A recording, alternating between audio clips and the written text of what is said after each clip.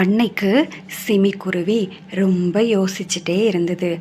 அது என்னன்னா, எப்படியாவது ஏதாவது ஒரு பிஸ்னஸ் பண்ணியே ஆகணும் அப்படின்ட்டு. ஏன்னா அதுக்கு ரொம்ப பணம் தேவைப்பட்டது. கடைசியாக அது என்ன திங்க் பண்ணிச்சுன்னா, ஒரு ஐஸ்கிரீம் வியாபாரம் பண்ணலாம் அப்படின்னு யோசிச்சிருக்கு. நம்ம இந்த ஐஸ்கிரீம் வியாபாரம் பண்ணினா கண்டிப்பாக ரொம்ப முன்னேற்றம் இருக்கும்னு நினைக்கிறேன். வருமானமும் கொஞ்சம் அதிகமாக இருக்கும். அதனால நம்ம ஐஸ்கிரீம் வியாபாரத்தையே சூஸ் பண்ணலாம். ஆனால் ஐஸ்கிரீம் நம்மளே எப்படி ஓனாக தயார் பண்ணுறதுங்கிறத நம்ம கற்றுக்கிடணும் அப்படின்னு அது யோசிச்சிருக்கு.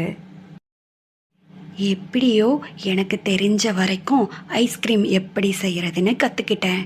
இனி வியாபாரத்தை எப்படி பெருக்கிறதுன்னு பார்க்கணும். அப்புறம் சிமி தான் செஞ்ச ஐஸ்கிரீம்களை எடுத்துகிட்டு போய் விற்க ஆரம்பித்தது. ஒரு சாக்லேட் ஐஸ்கிரீம் கொடுக்குறீங்களா? இந்தாங்க வச்சுக்கோங்க. எனது இது ஐஸ்கிரீம் அந்தளவுக்கு டேஸ்ட்டாகவே இல்லை, கொஞ்சம் மட்டமாக தான் இருக்குது. நீங்களே டேஸ்ட் பண்ணி பாருங்கள் உங்கள் ஐஸ்கிரீமை. இப்படி இருந்தால் யாருமே வாங்க மாட்டாங்க.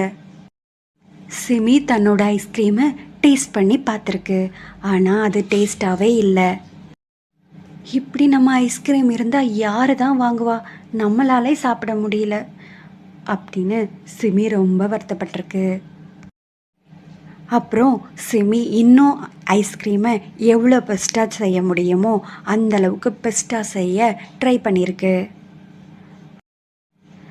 அதுக்கப்புறம் வியாபாரத்துக்கு போயிருக்கு. ஒரு ஐஸ்கிரீம் கொடுங்க, மில்க் ஐஸ்கிரீம் கொடுங்க. டேஸ்ட்டு பரவாயில்ல, இன்னும் கொஞ்சம் நீங்கள் இம்ப்ரூவ்மெண்ட் பண்ணுங்கள் சரியா? ஏன்னா இதை விட வெளியே ரொம்ப டேஸ்டான ஐஸ்கிரீம்லாம் இருக்குது. அப்படியா, கண்டிப்பாக பண்ணுறேன்.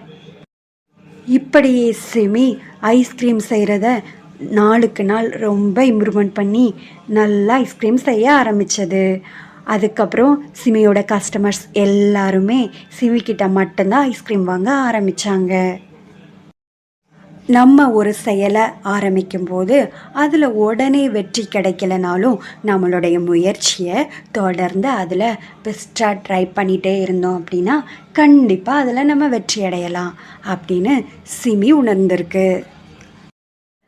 இந்த கதை உங்களுக்கு பிடிச்சிருந்தா லைக் பண்ணுங்கள், சப்ஸ்கிரைப் பண்ணுங்கள். வேறொரு கதையோடு உங்களை பார்க்க வரேன்.